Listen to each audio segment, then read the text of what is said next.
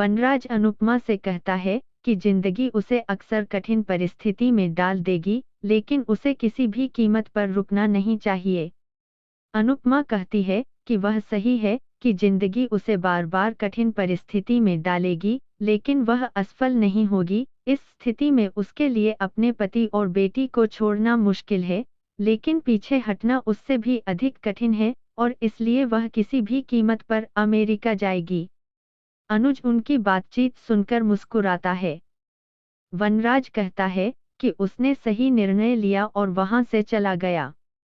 गुरुमा अनुपमा का बेसब्री से इंतजार करती हैं। नकुल ने उसे बताया कि माया की एक सड़क दुर्घटना में मृत्यु हो गई। गुरुमा मैया की आत्मा की शांति के लिए प्रार्थना करती हैं।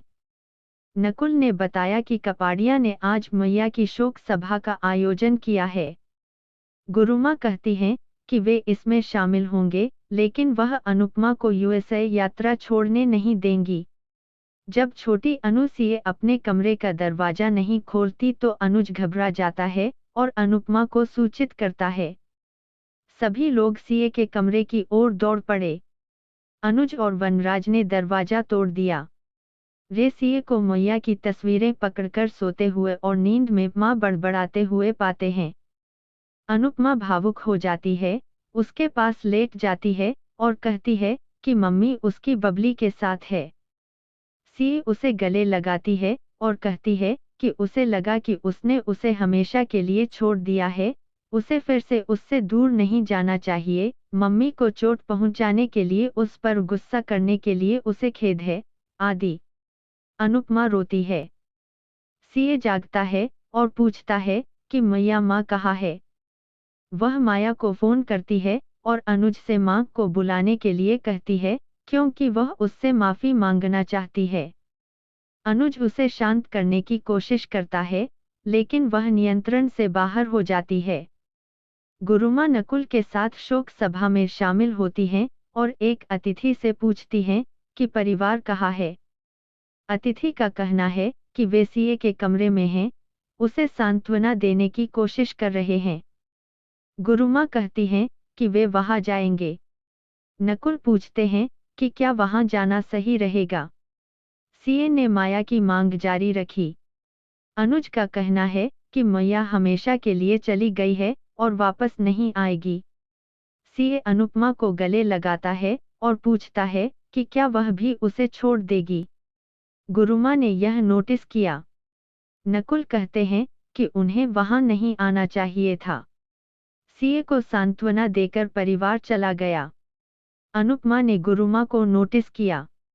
गुरुमा कहती हैं कि उन्होंने माया के बारे में सुना और इसलिए उनसे मिलने आए। वह अनुपमा को याद दिलाती है कि उसे एक दिन बाद यूएसए जाना है और पूछती है कि क्या वह ऐसा कर सकती है। अनुपमा कहती है कि चाहे कुछ भी हो जाए, वह पीछे नहीं हटेगी।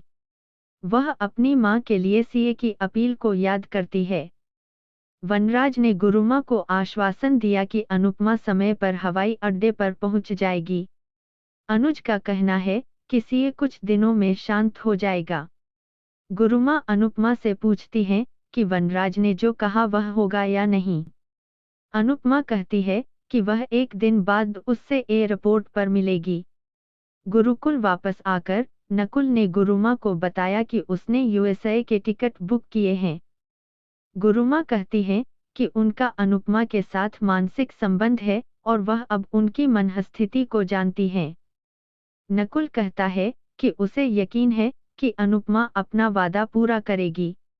गुरुमा कहती हैं कि अगर अनुपमा ने ऐसा नहीं किया तो उसने उसका नटराज अवतार रूप देखा है और फिर रौद्रक्रोध अवतार देखेगी। शाह सीए को खाना खिलाने की कोशिश करते हैं, लेकिन वह ऐसा नहीं करती और माया से मिलने की मांग करती है। अनुपमा यह कहते हुए दोषी महसूस करती है कि माया की मृत्यु उसकी वजह से हुई और जब उसे इसके बारे में पता चलेगा तो सीए की प्रतिक्रिया से डरती है। अनुज कहते हैं कि इसके बारे में केवल वे ही जानते हैं और किसी को पता नहीं चलेगा। यह दुर्भाग्यपूर्ण है कि बचाने की कोशिश में माया की मृत्यु हो गई, लेकिन वह इसके लिए खुद को दोषी नहीं ठहरा सकती। उसे इसे भूलकर अपने लक्ष्य पर ध्यान केंद्रित करना चाहिए। अनुपमा पूछती है कि अगर दूसरों को इसके बारे में पता है तो क्या गलत है। अनुज कहता है कि वह नहीं चाहता कि वह अपराधबोध के साथ जिए और इसके बारे में कभी नहीं सोचने का वादा करता है। वह कहता है कि वह सीए को संभालेगा और उसे यूएसए जाने पर ध्यान केंद्रित करने के लिए कहता है। बरखा छिपकर उनकी बातचीत सुन लेती है।